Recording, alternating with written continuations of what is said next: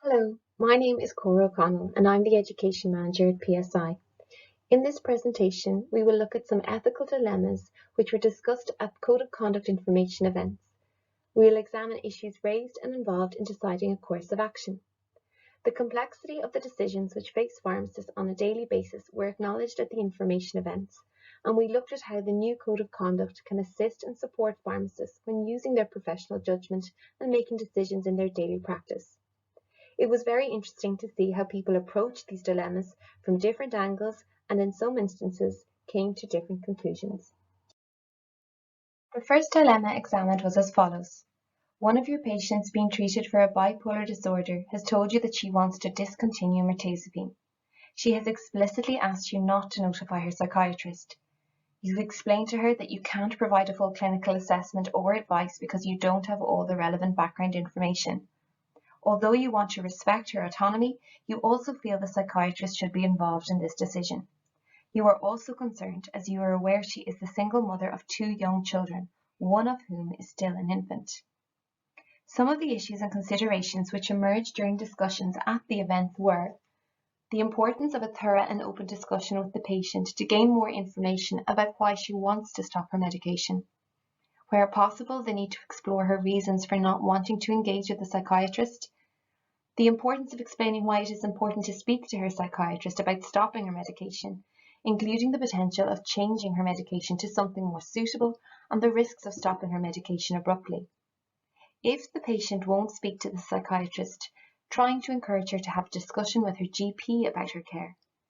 We spoke about the duty of care a pharmacist has to the patient and how it is important to act in their best interest and not breach their trust. The necessity to consider the welfare of the children involved and trying to ascertain if the patient has any family support or other social support. Potentially trying to ascertain whether she has had any recent hospital admissions. We discussed the issue of consent to communicate with another healthcare professional when consent is needed and when it is not.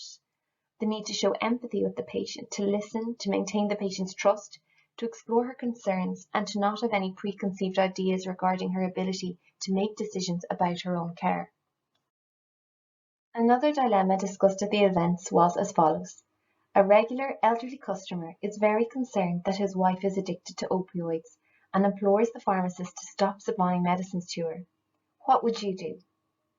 Some of the issues and considerations which emerged during discussions at the events were the necessity to acknowledge your responsibilities under GDPR and that you can only discuss the customer's concerns, not anything personal about his wife. The fact that opioid addiction is a very real problem for some patients and the difficulty of knowing how to help these people or talk to them about it. The value of the gentleman having a conversation with his wife about his concerns. Defining what his understanding of addiction is.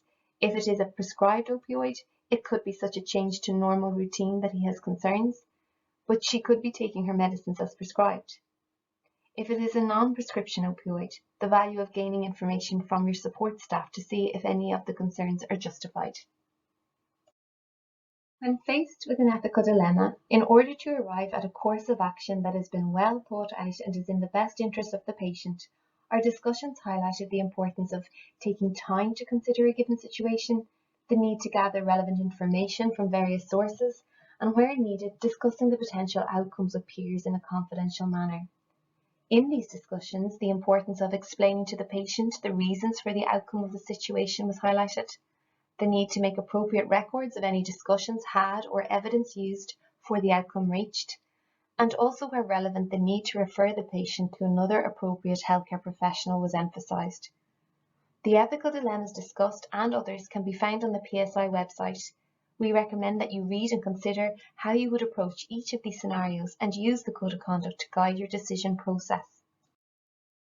On the PSI website, you will also find a number of resources on a web page dedicated to the Code of Conduct, including various videos, links to guidance documents and resources from other agencies such as TUSLA and the HSE, as well as an ethical decision-making framework that a pharmacist may find useful when grappling with an ethical dilemma in practice. The revised Code of Conduct provides pharmacists with a framework to help support the use of professional judgment and to assist in providing a professional and caring service to patients visiting pharmacies. I hope you found this presentation useful. If you have any questions or would like to discuss anything further, you can also contact us via email at info@psi.ie or have a look up on the website www.psi.ie.